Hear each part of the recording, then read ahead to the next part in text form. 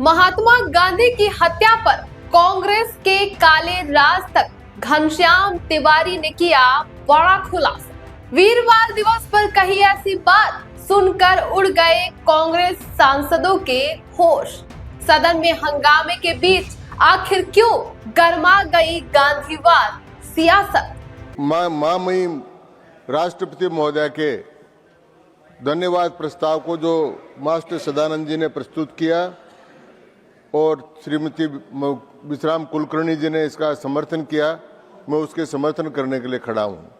माननीय उपसभापति महोदय, ये शुरू करने से पहले मैं कहना चाहूंगा कि जिन्होंने ये प्रस्ताव प्रस्तुत किया और समर्थन किया, जब वो प्रस्ताव प्रस्तुत कर रहे थे उस समय की उनकी स्थिति देखते आप तो अपन को पता लगता है कि भारत जैसे लोकतांत्रिक देश में असहिष्णुता, विचारों की असहिष्णुता और क्रूरता का अगर कोई नमूना देखा जा सकता है तो जितना अन्याय सदानंद मास्टर जी के साथ हुआ वो उस क्रूरता के और अत्याचार के प्रतीक के रूप में थे।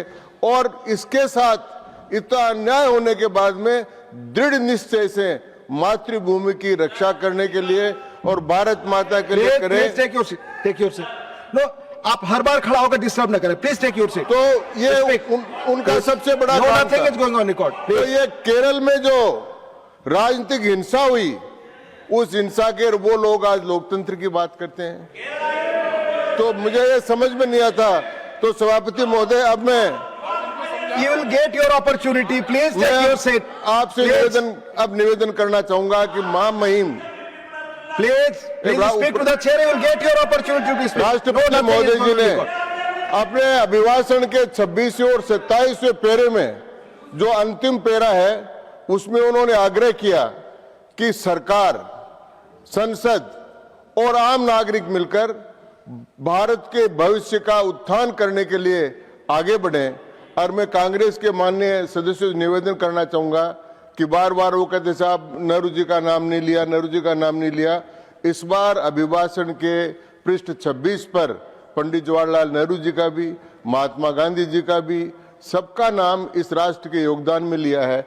और ये योगदान का नाम लेते हुए उन्होंने कहा है कि हम सब मिलकर अब ऐसा योगदान करें कि 2047 तक भारत एक विकसित राष्ट्र के रूप में बने।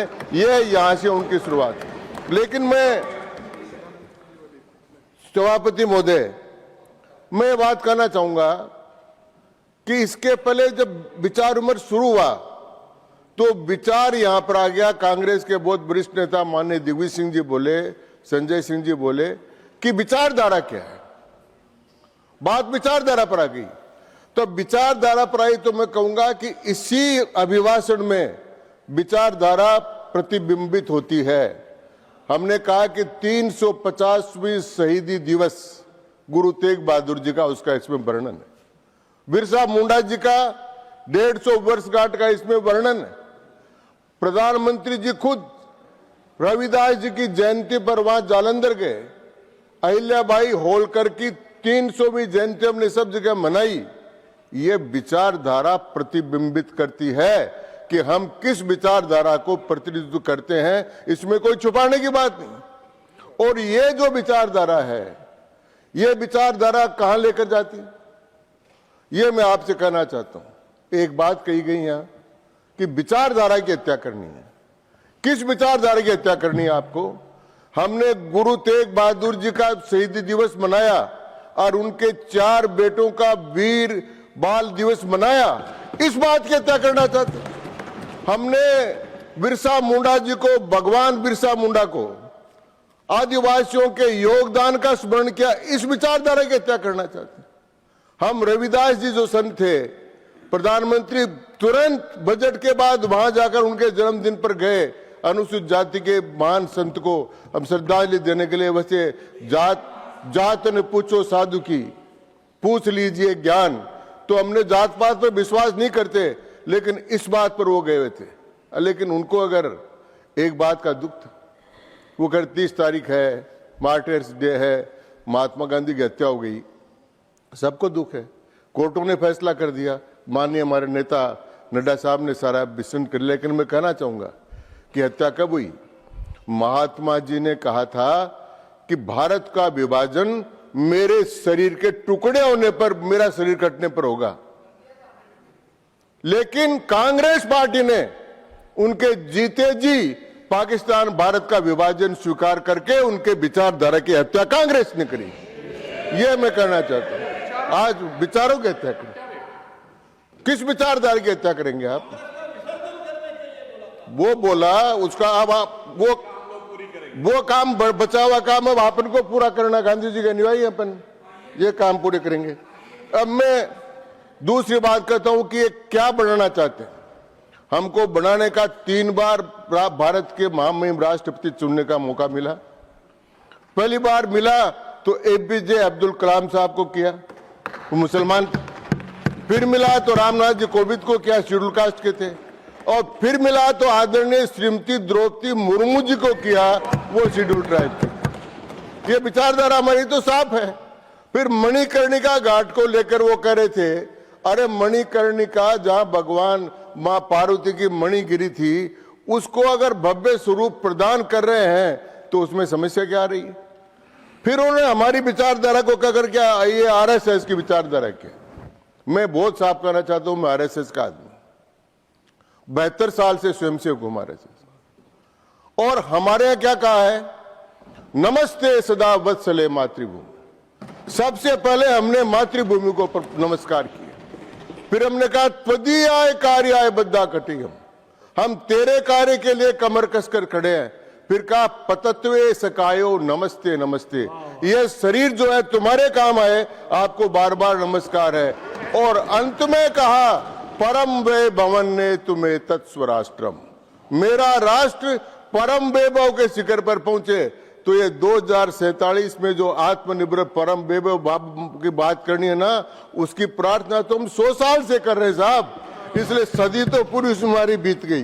तो मैं दूसरी बात करना चाहता हूं कि कुछ एक यहां फेडरल सिस्टम की बात हुई बार बार, माननीय त्रिचू शिवाजी नहीं है, उन्होंने बार बार कहा हिंदी के नाम लेकर और नाम लेकर कि फेडरल है, कोऑपरेटिव फेडरलिज्म है। भाई भारत के फेडरलिज्म को समझना बहुत जरूरी है, वो समझ ले अच्छी तरह से। भारत, ये जो हमारे अलग अलग राज्य हैं, इनका मिलाकर संघ नहीं है। अमेरिका के 51 जैसे राज्य अलग अलग, उनका मिलाकर संघ है। यह भारत का संघीय विधान नहीं है। माननीय उपसभापति महोदय, आप तो खुद विद्वान है, एकीकृत संघ है भारत का। किसी दूसरे देश का जो फेडरल सिस्टम है, उसमें केंद्र को राज्य की सीमा बदलने, नए राज्य बनाने का अधिकार प्राप्त नहीं है। भारत का यह संविधान है जिसमें यह अधिकार केंद्र को प्राप्त है, और इसलिए भारत एक एकीकृत संघ है, वो राज्यों का मिलाकर संघ नहीं है। यह बात डीएमके के नेता को अच्छी तरह से समझ लेनी चाहिए।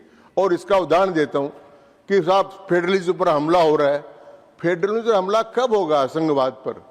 क्या केंद्रीय सूची, राज्य सूची, समवर्ती सूची, तीनों सूचियों में आज तक भारत सरकार ने कोई परिवर्तन नहीं किया, कोई संविधान संशोधन नहीं किया।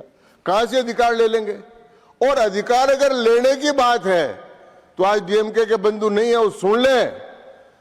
1976 में जो 42nd amendment of the constitution हुआ था, उसमें राज्यों के अधिकार खत्म करने की बात की गई थी, और उसमें डीएमके उस समय कांग्रेस के साथ थी, आज भी साथ है, इसलिए वो काम उन्होंने किया।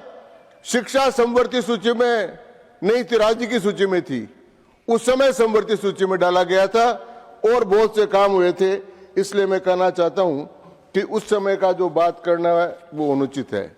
और अब मैं 2 बातों को ध्यान करना चाहता हूं। भारत के प्रधानमंत्री के लिए संस्कृत का एक श्लोक है, वो मैं आपको पढ़ दूंगा, आपकी इजाजत होगी तो।